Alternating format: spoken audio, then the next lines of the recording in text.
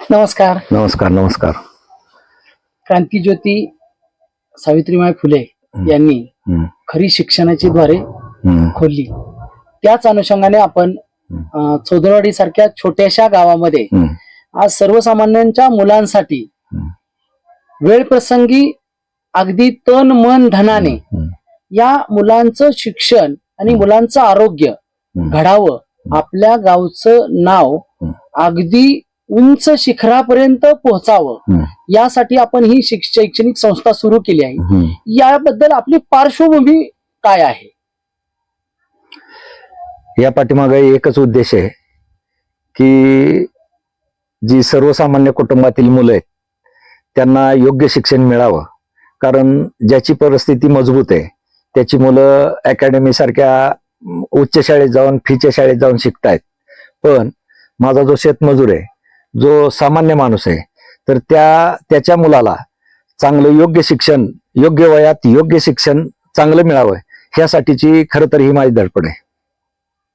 खऱ्या अर्थानं पाहिलं तर आपण 16व्या शतकापासून बघतो की पर्णकुटी सारखा प्रकल्प संत महात्मे वापरत होते. ती थीम घेण्याचं आणि त्यामध्ये शैक्षणिक संस्था काढण्याचा एक वेगळा आनंद काय असतो, याबद्दल आपण माहिती विशद करावी. खरं तर ही पर्णकुटी बनवण्याचं एकाएक सुचलं.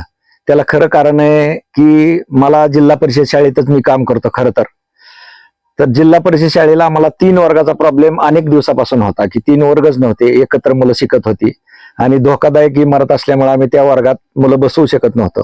तर एकत्र मुलं बसत असताना मुलांचं शिक्षण योग्य होत नव्हतं. तर त्यावर पर्याय म्हणून आम्ही आमच्या गावाला गावठाण बी नाहीये, मग इथं भाडे तत्वावर आम्ही करारावर ही 1 एकर जागा घेतली आणि त्या जागेत वर्गखोल्याची निर्मिती आम्हाला करायची होती. परंतु भाडे तत्वावर असलेल्या जागेत आम्ही कुठलं पक्क बांधकाम करू शकत नव्हतो. तर मग ती ही एक सुचलेली कल्पना आहे की एक छपराची जर इमारत तयार केली, उद्या करार संपला तर ते बाजूला नेणं सोपं होईल आणि त्या मालकाला बी पक्की इमारत नसल्यामुळं थोडासा प्रॉब्लेम राहणार नाही. तर ही एक सुचलेली कल्पना आहे. माझ्या संस्थेचे जे काही सदस्य आहेत, माझ्या सदस्य भगिनी बी आहेत, तर त्या सर्वांच्या माध्यमातून आम्ही हे श्रमदानातून ह्या शाळेची निर्मिती केली. आणि ही गोल कुटी बनवत असताना, बनवण्या अगोदर वर्ग झाल्यानंतर आमच्या लक्षात आलं की अरे आपण ऑफिस जर असं बनवलं तर ते उत्तम होईल. मग त्या माध्यमातून ह्याची एक निर्मिती झाली.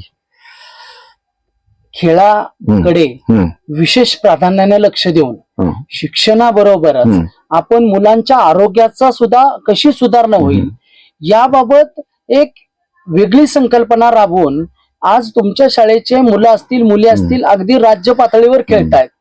यामध्ये विशेष एक वेगळेपण काय सांगाल? वेगळे पण सांगायचं म्हणजे मी ज्या वेळेस 2017 साली शाळेत एंट्री केली, जिल्हा परिषद शाळेत, तर त्यावेळेस मला विद्यार्थ्यांच्यात मी मिळून मिसळून राहत होतो. त्यावेळेस मला एक त्रुटी निदर्शनं आली की मुलाचं फिटनेस मला दिसलं नाही, की मुलं कमजोर मुलं आणि असं मला ते वेगळं दिसलं. तर मुलांना खरं व्यायामाची गरज आहे, मुलांना एक चांगल्या आहाराची गरज आहे असं मला त्यावेळेस जाणीव झाली आणि मी ग्राउंडची निर्मिती केली आणि मुलांना रोज संध्याकाळी सकाळी व्यायामाची सुरुवात केली, खेळाचं प्रॅक्टिस द्यायची सुरुवात केली. त्याचा फायदा एक झाला की खेळामुळे मुलाची एकाग्रता वाढली. एकाग्रता वाढल्यामुळं मुलांचं कॉन्ट्रेशन अभ्यासाकडे जास्त गेलं.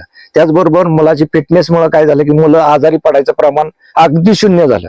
अगदी म्हणजे मुलं सदैव पाहिली तर ती चुणचुणीत आणि मला त्या खेळामुळे फ्रेश दिसायला लागली. त्यामुळे अभ्यासात सुद्धा ती डेव्हलप झाली आणि त्यांची निर्णय क्षमता वाढली. खेळामुळे निर्णय क्षमता वाढते. तर एक सर्व गुणसंपन्न जर विद्यार्थी पाहिजे असेल तर खेळ हा सगळ्यात महत्वाची बाब आहे आणि मुलाची फिटनेस ही सगळ्यात महत्वाची गरज आहे. ह्याला ओळखून मी ही खरं तर सुरुवात केली. महाराष्ट्रासारख्या राज्याला आज 75 वर्ष होऊन गेली, म्हणजे 77व्या वर्षात आपण पदार्पण करत आहोत. महाराष्ट्रामधील बड्या लोकांनी शिक्षणाचा अक्षरशः बाजार केलाय. लाखो कोट्यवधी रुपयांच्या फी किंवा मानधन घेऊन आज मुलांना शिक्षण देत आहेत. परंतु गावात आज चौदरवाडी सारख्या गावातील सर्वसामान्य कुटुंबातल्या गोरगरीब मुलांना आपण मोफत शिक्षण देत आहे, हम्म. यामधून आपल्याला कोणत्या प्रकारे आशीर्वाद मिळाला? तसं बघितलं तर सगळ्यात महत्वाची गोष्ट मी सांगू इच्छितो की कोरोनाच्या पहिल्या लाटेत शेवटच्या टप्प्यात मला कोरोना झाला आणि ह्या गावचा पहिला पेशंट मी. आणि कोरोना झाल्यानंतर मला पुण्याला कसं नेलं हे मला माहित नाही. म्हणजे मी शेवटच्या घटकामध्ये होतो. पुण्याला गेल्यानंतर काय झालं हे मला माहित नाही. 16-17 दिवसांनी मला तिथं जाग आली. त्यावेळेस मला कळालं की मी जिवंत आहे. बरोबर आहे. मग हा आशीर्वाद मला खरं तर ह्या मुलांच्या, गोरगरीब मुलांच्या आशीर्वादामुळे मी आज खरं तर हे दिवस पाहतोय, असं मी कधीच विसरणार नाही. आणि हे जी मला प्रचिती आहे आणि माझा यावर ठाम विश्वास आहे की मी मरणाच्या दाढेतून बाहेर आलो असेल कसं, तर ह्या लेकरा बाळाच्या आशीर्वादानेच मी इथपर्यंत आलो, हे नक्कीच. आणि मला आवड बी आहे की मुलं शिकली पाहिजेत, मुलं खेळली पाहिजेत, मुलं मोठी झाली पाहिजेत. आणि खरं गावचा विकास माझ्या मते, अनेकांच्या मते काय असेल, रोड झाली, गटर झाली, अनेक काय झाली म्हणून गावचा विकास होतो, माझ्या मते हे साप चुकीचे आहे. जर गावातली मुलं शिकली, सुसंस्कृत झाली, सुविचारी झाली, तरच खरा गावचा विकास पुढे जाऊन होऊ शकतो.